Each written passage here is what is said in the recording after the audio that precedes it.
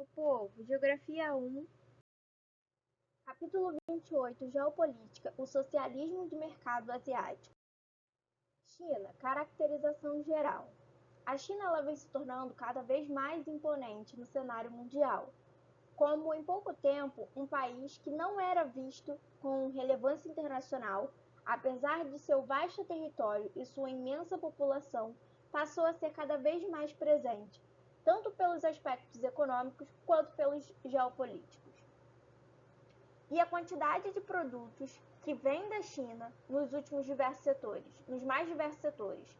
Como esse país conseguiu a expansão tão grande nas últimas décadas?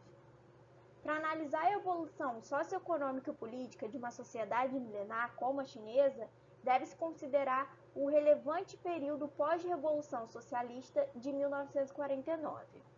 A partir desse movimento político, em meados do século XX, o país mais populoso do mundo passou a integrar o bloco socialista dentro de uma ordem mundial marcada pela bipolaridade. No entanto, é importante frisar que o alinhamento com a União Soviética durou pouco tempo e depois da ruptura entre os dois gigantes socialistas, a China buscou caminhos próprios no campo socialista. Tal mudança envolveu experiências como o Grande Salto para Frente, com o líder Mao Tse-tung, desde a Revolução de 1949, em uma tentativa de expansão econômica baseada na coletivização do campo e na industrialização no fim dos anos de 1950.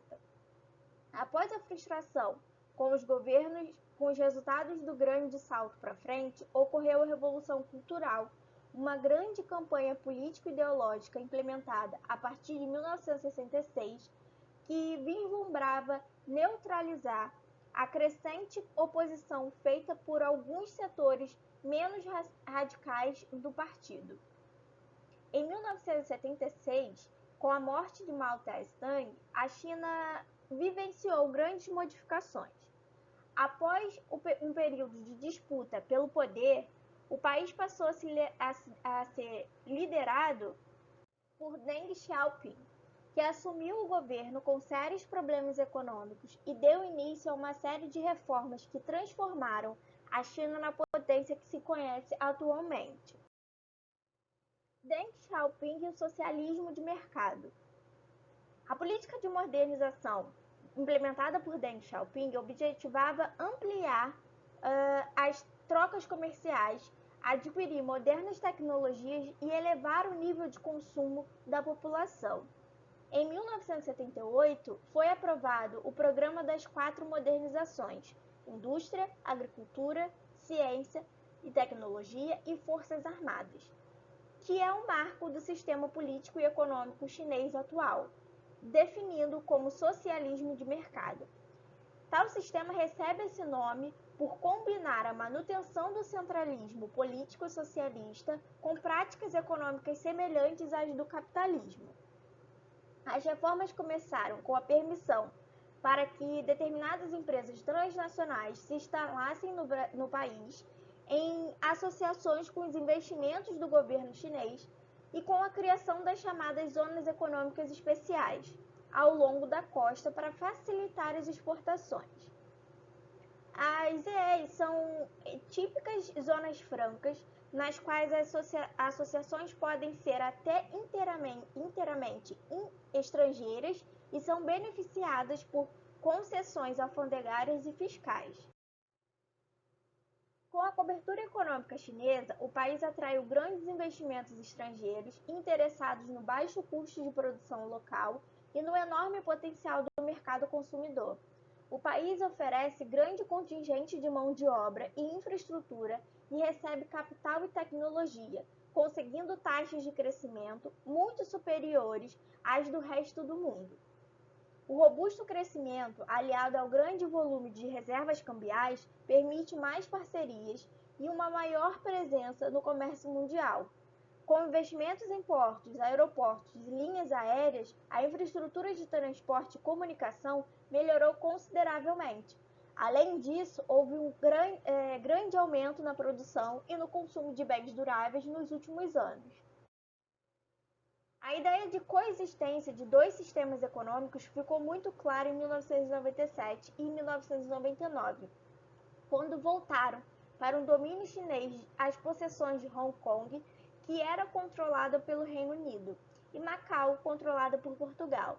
Essas duas áreas, com regime capitalista, foram reincorporadas pela China com o status de regiões administrativas especiais, dotadas de expressiva autonomia, comprovando que, nesse momento, nenhum regime é incompatível com a China. O aumento da força geopolítica do país e a reincorporação de Hong Kong e Macau aumentaram a pressão sobre Taiwan, que não tem sua independência reconhecida, sendo considerada pela China uma província rebelde. Assim pode-se entender a China como um país socialista de mercado, porque apesar dos grandes avanços no processo de abertura econômica, não há importantes movimentos de flexibilização política, com a manutenção do sistema monopartidário e uma série de restrições às liberdades individuais no regime chinês. Esse imobilismo no campo político ficou claro para o mundo e para os chineses quando, em 1989, protestos estudantis foram violentamente reprimidos pelo governo local, no que ficou conhecido como Massacre da Praça da Paz Celestial. Vietnã e Laos. A adoção do socialismo pelo Vietnã no contexto da independência do colonialismo francês ficou conhecida no mundo todo.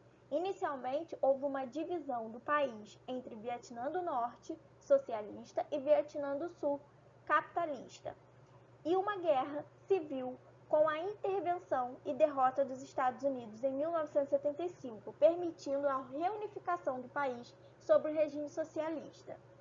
No entanto, segundo os passos da China, a economia nacional vietnamita está em transição desde 1986, adotando características mistas que, como já foi visto, simbolizam o socialismo de mercado.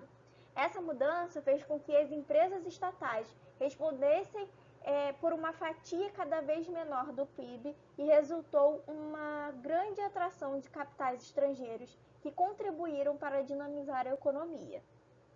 Esse processo também ocorre em outro país do Sudeste Asiático, o Laos, que demonstra influência chinesa na região.